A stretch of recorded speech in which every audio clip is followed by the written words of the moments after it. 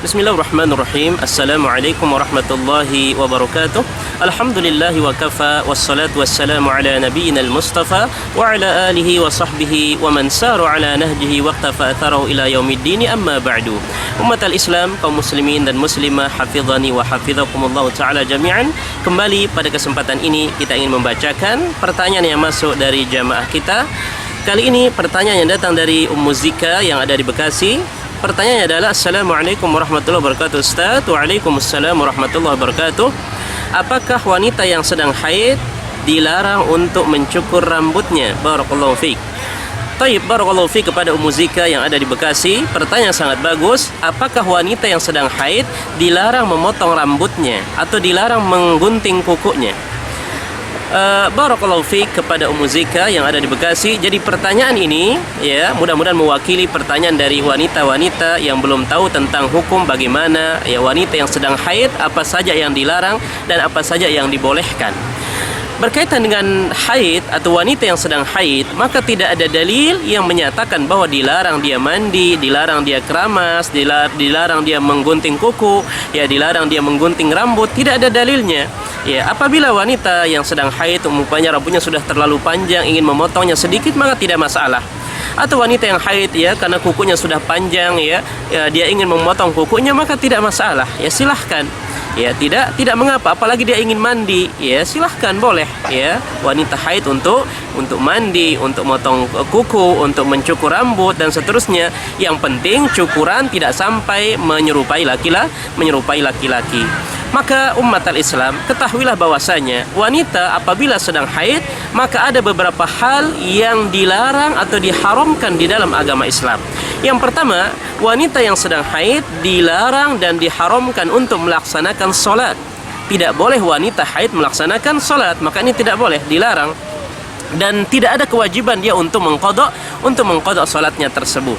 Maka wanita yang sedang haid tidak boleh melaksanakan salat. Dan ini harus diperhatikan oleh para wanita-wanita yang sedang haid.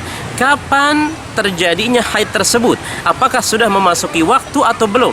Contohnya apabila wanita sedang haid, ya ketika tenggelam matahari dan sudah masuk waktu maghrib, bahkan sudah masuk 1 rakaat. Ya, ibaratnya waktunya sudah masuk 1 rakaat. Ya, ketika tenggelam matahari kemudian berkumandang azan maghrib, kemudian batas atau jaraknya kira-kira sudah memasuki jarak 1 rakaat, maka ketika waktu itu dia haid, maka nanti ketika dia suci, maka ia wajib untuk mengqadha salat tersebut. Apa sebab? Karena wanita tersebut haidnya sudah memasuki waktu, kecuali dia haid tapi belum memasuki waktu maghrib, maka nanti ketika ia suci ia tidak perlu mengqadha maghrib tersebut. Maka ini yang harus diperhatikan oleh para wanita yang haid, ya kapan tiba-tiba muncul haid tersebut, sudah masuk waktukah atau belum, ya. Maka Nabi yang mulia sallallahu alaihi wasallam mengatakan, man adraka raq'atan minas shalah faqad adraka as-shalah, muttafaqun alaih. Barang siapa yang mendapati 1 ruku', ya 1 rakaah ya atau 1 ruku', maka berarti dia telah mendapatkan dihitung sudah salat, ya 1 salat. Maka umat al-Islam atau wanita yang sedang haid ini harus diperhatikan. Apabila dia haid sudah masuk waktu salat dan kira-kira jaraknya sudah mendapatkan 1 ruku' atau 1 rakaah, maka ia nanti ketika ia suci wajib ia mengqadha salat tersebut. Kemudian yang kedua, yang diharamkan bagi wanita yang sedang haid ya, yaitu diharamkan untuk melaksanakan siyam, untuk berpuasa. Maka ini tidak boleh. Haram bagi wanita yang sedang haid untuk melaksanakan ibadah saum, ibadah puasa. Apabila dia sedang berpuasa, tiba-tiba di tengah dia berpuasa dia haid, maka batal puasanya. Dan puasa berbeda dengan salat. Apa? Kalau salat dia tidak wajib mengqadhanya. Adapun puasa maka ia wajib mengqadhanya. Sebagaimana riwayat Aisyah radhiyallahu taala anha bahwasanya beliau pernah mengatakan, kunna nusibu bidzalik. Dahulu kami pernah ditimpa haid. Artinya ketika sedang berpuasa kami ditimpa haid. Ya, kemudian beliau mengatakan nu'maru ya biqada'il shaum wala nu'maru biqada'is shalah. Dahulu kami diperintahkan untuk mengqadha saum, tetapi tidak diperintahkan untuk mengqadha salat.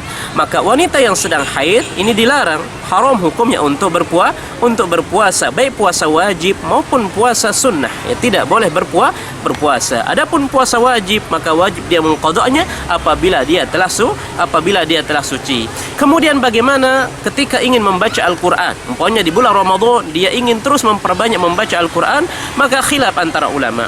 Ya, ada yang membolehkan, ya, mengatakan boleh apabila ada hajah ingin dia mengajar ta'lim, mengajar Al-Qur'an, maka dia boleh membacanya. Tapi apabila tidak ada hajah, ya, tidak sedang mengajar dan seterusnya, maka afdalnya kata para ulama cukup dia bertasbih, berzikir, berdoa, ya, atau menyimak Al-Qur'an, ya, tetapi tidak membacanya, tapi cukup hanya menyimaknya saja. Sebagaimana dahulu, ya, Rasulullah SAW, ya, ketika Aisyah menceritakan bahwa Nabi pernah yattaki'u, ya, ala hijril Aisyah. Dahulu Nabi pernah bersender atau pernah tidur di pangkuan Aisyah radhiyallahu taala anha. Kemudian Nabi, ya, membaca Al-Qur'an, kemudian Aisyah menyimak atau mendengarkan bacaan Nabi. Maka ini menunjukkan bahwa wanita yang haid apabila hanya sekedar berdoa, bertasbih, berzikir, maka ini tidak masalah.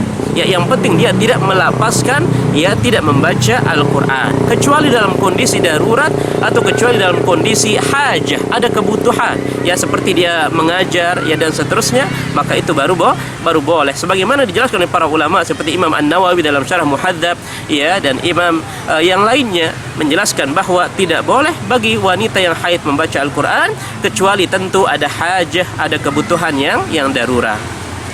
Umat al-Islam. Kemudian yang ketiga yang dilarang bagi wanita yang sedang haid adalah yaitu melaksanakan tawaf, ya, bil bait.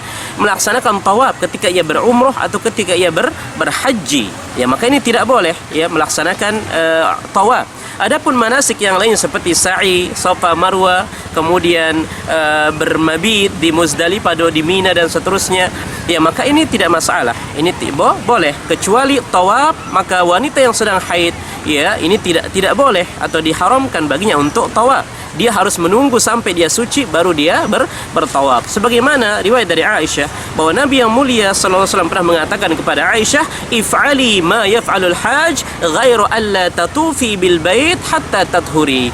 Ya, Nabi mengatakan, wahai Aisyah, kerjakanlah sebagaimana para jamaah haji mengerjakannya manasik-manasik yang lain, kecuali jangan tawaf sampai nanti kamu suci dari haid baru boleh bertawaf. Maka ini menunjukkan bahwa wanita yang sedang haid tidak boleh melakukan tawaf.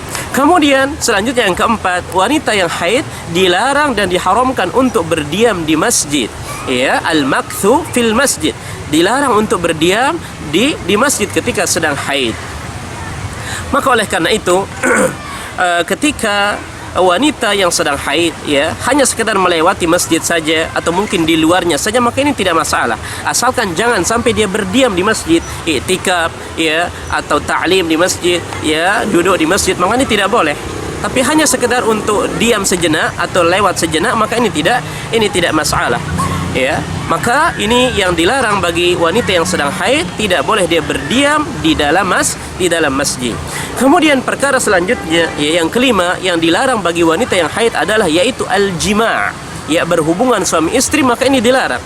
Tidak boleh bagi wanita yang sedang haid berhubungan suami istri, atau laki-laki tidak boleh menggauli istrinya yang sedang haid, maka ini dilarang, hukumnya haram. Sebagaimana Allah Subhanahu wa taala berfirman, ya, di dalam Al-Qur'an, yas'alunaka 'anil mahid qul huwa adza fa'tazilun nisaa fil mahid.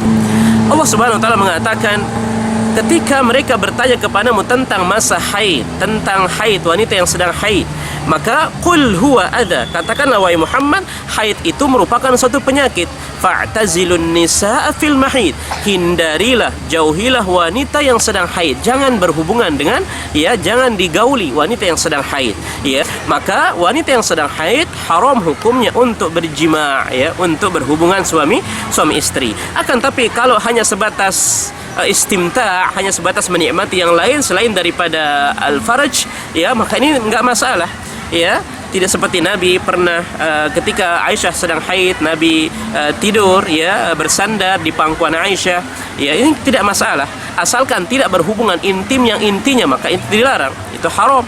Tapi hanya sekedar membelainya, mencium, kemudian istimta' saja, maka ini tidak masalah. Kemudian ya perkara selanjutnya atau perkara yang terakhir yang dapat saya sebutkan pada kesempatan ini, yaitu perkara yang dilarang bagi wanita yang sedang haid adalah yaitu at-talaq, ya. Suami tidak boleh menceraikan istrinya dalam kondisi haid. Maka ini cerai yang bid'ah, cerai yang haram. Sebagaimana Allah Subhanahu wa taala berfirman, "Ya ayuhan nabi, idza talaqtumun nisa fatalliquhunna li'iddatihin." Wahai Nabi, jika engkau ingin menceraikan istri-istrimu, maka ceraikanlah mereka untuk iddahnya. Artinya ketika dalam kondisi bisa dihitung iddahnya. Sementara kalau wanita yang sedang haid, tidak mungkin kita bisa menghitung iddahnya karena dia sedang haid. Tentu harus menunggu dia suci baru bisa dihitung iddahnya. Maka ini menunjukkan bahwa jika ingin menceraikan istri, maka haram hukumnya menceraikan istri yang sedang haid. Tunggu dulu ya dia suci ya, atau dalam kondisi dia tidak haid, maka baru halal ya untuk kita mentalaknya atau menceraikannya. Maka inilah beberapa hal yang diharamkan, yang dilarang bagi wanita-wanita yang sedang haid. Mudah-mudahan apa yang kami sampaikan atau jawaban yang kami jawab pada kesempatan ini bisa memberikan manfaat dan bisa dipahami oleh penanya, ya, yaitu Ummu Zika yang ada di Bekasi, dan mudah-mudahan bermanfaat. Jadi kesimpulannya adalah wanita yang sedang haid ya, apabila ia ingin mencukur rambut atau menggunting kuku atau ingin mandi dan seterusnya, maka ini tidak masalah.